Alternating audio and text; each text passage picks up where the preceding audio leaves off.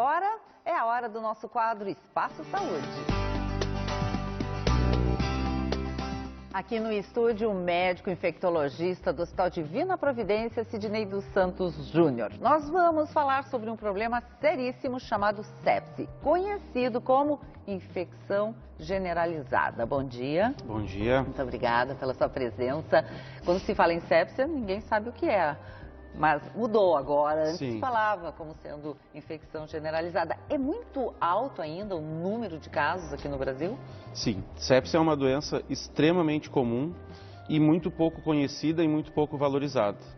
E muito importante, porque tem como consequência, por ser muito comum, a determinar problemas graves de saúde, consequências sérias, necessidade de hospitalização, de internação em UTI. E, lamentavelmente, ainda não é muito conhecida pela população em geral, né? Que pode até ocorrer na morte? Sim, pode acabar. É uma doença com mortalidade muito elevada, né? No Brasil, se estima que aconteçam cerca de 600 mil casos de sepse, um pouco mais até, 620, 630 mil casos de sepse por ano. E no Brasil, nós temos uma letalidade extremamente elevada, que é da ordem de 50%, uma consequência muito grave. Se a gente somar isso, o fato de que das pessoas que sobrevivem, algumas vão ter sequelas graves, né, vão ter consequências para a sua vida para sempre, isso torna o assunto, né, a necessidade de a gente discutir e procurar chamar a atenção para isso ainda mais. Consequências essas quais são?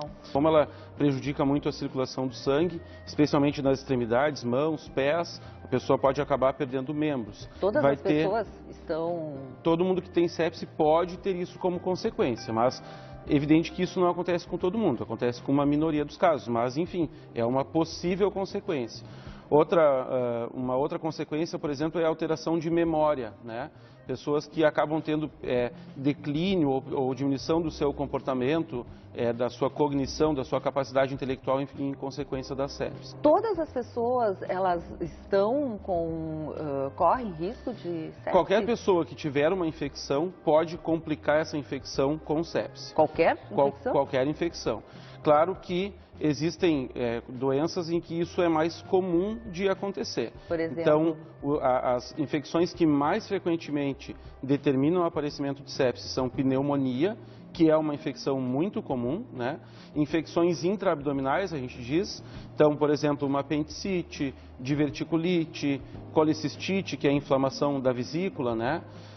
E infecções urinárias, que essa, então, é uma infecção muito, muito comum. E existe algum meio de prevenção? A melhor forma da gente evitar que a pessoa acabe complicando a infecção com sepse é identificar a infecção o mais rapidamente possível e começar o tratamento o mais rapidamente possível também.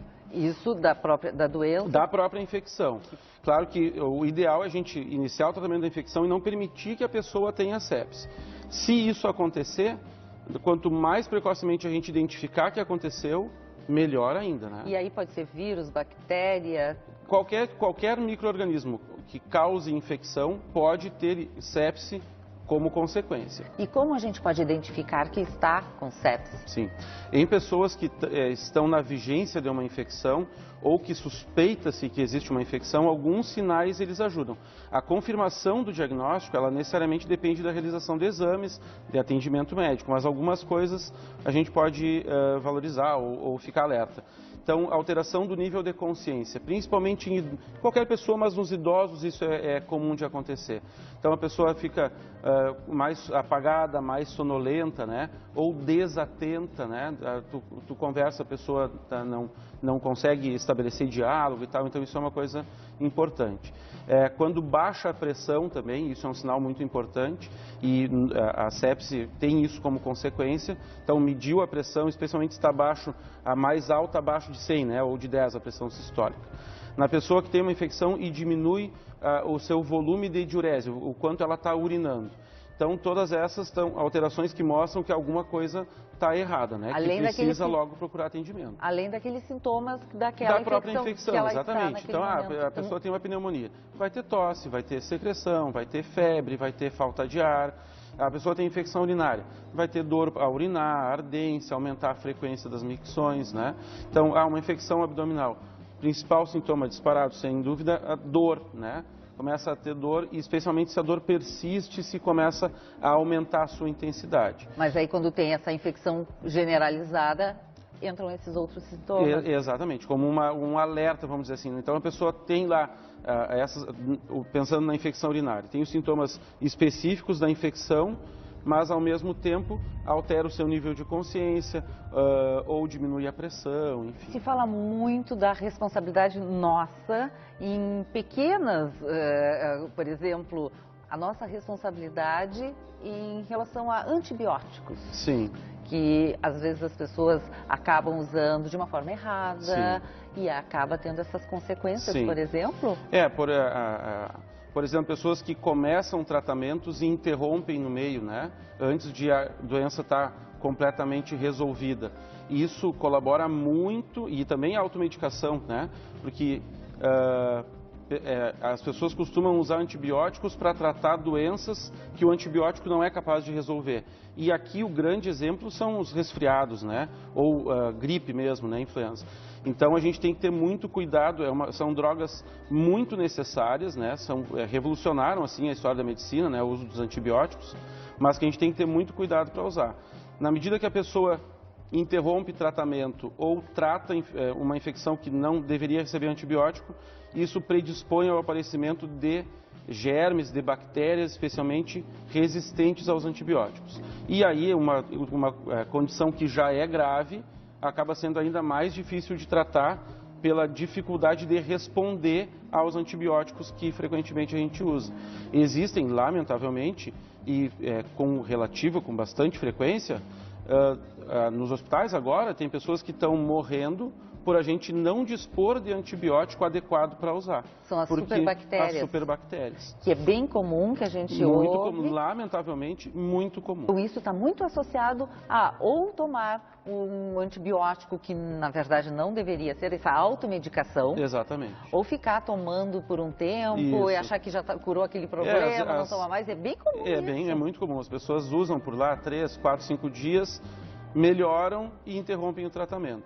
E dependendo da infecção, poderia ser necessário um tempo maior, né? 7, 10 dias. Então, o ideal, obviamente, sempre é seguir aquilo que foi aconselhado pelo médico. Vacinação também entra numa forma de prevenção? Sim, fundamental. A gente, infelizmente, não tem vacina para tudo que gostaria, mas existem algumas doenças que a gente pode prevenir por esse meio. E aí, fundamentalmente, podemos falar de 3 coisas. Pneumonia, né? Então, a pneumococo, que é a bactéria que mais frequentemente causa pneumonia, pode ser prevenida com vacina. Influenza, né? A gripe, a gente pode prevenir com vacina. E a influenza predispõe ao aparecimento de pneumonia. Então, é uma forma também de a gente evitar. E a outra é vacina para meningite, né? Que também é fácil, é muito disponível, a gente consegue acessar facilmente. E que meningite também, mesmo sem sepse, ser uma doença grave, ela pode ser ainda mais complicada quando aparece sepse junto, né? Ou em decorrência da meningite. E também lavar as mãos quando se entra num hospital. Fundamental. Até a gente foca muito os nossos esforços na disseminação de conhecimento relacionado à sepse nas instituições de saúde. Porque lá acontecem, né? A sepse é uma complicação frequente de infecção hospitalar também. Muito mais dentro do hospital do que fora? Mais fora. Se estima que num hospital 80% dos casos de sepse que são atendidos no serviço de emergência. Pessoas que estão chegando na rua, doentes com sepse. Só 20% são de casos que apareceram dentro do próprio hospital. E a gente foca muitas vezes a nossa preocupação lá dentro, né? Dentro do hospital. Vocês têm todo um protocolo, um trabalho diferenciado, porque em vários hospitais acontece. Sim. E realmente é complicado de controlar. Sim. No nosso hospital, todo paciente que chega para consultar na emergência, independente de qual seja a queixa, né, aquilo que ele o motivo pelo qual ele procurou, ele é avaliado pensando nessa possibilidade. E naqueles que se identifica que realmente sepse é um risco, o paciente está em risco ou é uma probabilidade elevada de que realmente está acontecendo, o paciente prontamente ele é atendido recebendo antibiótico no prazo de até 1 hora e coleta exames para que a gente possa confirmar, né? E aí vai para o isolamento? Não, depende, na verdade, da causa da sepse, mas a maioria das vezes não. E aí o tratamento? O tratamento, a medida que mais impacta em melhora da sobrevida dos pacientes é a administração do antibiótico. Então, em pacientes com choque séptico, né, que é uma complicação ainda maior da sepse, um quadro de maior gravidade, a gente estima que a cada hora de atraso para início do tratamento, aumenta em 7,5% a chance de o paciente não sobreviver àquela infecção. Então, o diagnóstico... Tempo é vida. É o tempo. Tempo é vida. Então, por isso, então a gente tem esse trabalho na emergência para identificar e tratar o mais precocemente possível, mas também a gente faz um trabalho semelhante nas unidades de internação do hospital, em que os pacientes também, a partir especialmente da medida dos sinais vitais, são avaliados em relação a essa possibilidade. Então, logo se identifique que existe que aquilo pode ser sepse, imediatamente o paciente é atendido pelo médico, solicitados exames, e na medida que a hipótese não é nem confirmada, mas que a gente imagina que tem um risco grande de que aquilo pode ser sepse, o paciente imediatamente é tratado. Muito obrigada pela sua entrevista. Imagina, a gente que agradece a oportunidade, o espaço e sempre tentando colocar esse assunto que ele fica às vezes num cantinho, né? As pessoas não conhecem muito, tentando cada vez mais fazer com que as pessoas conheçam e valorizem, né? Porque e chame a atenção da sua responsabilidade, claro, em questões com a sua saúde. Com a sua saúde. Obrigada. Agora nós vamos para um rápido intervalo e na volta falamos sobre sinais de esquecimento, quando isso é normal ou sintomas de Alzheimer. E ainda a orientação de uma especialista para ajudar aquela turma que precisa melhorar o cardápio no dia a dia. Agora, se você tem alguma sugestão para o programa, envia para o nosso e-mail maissaudável@band.com.br. Já voltamos.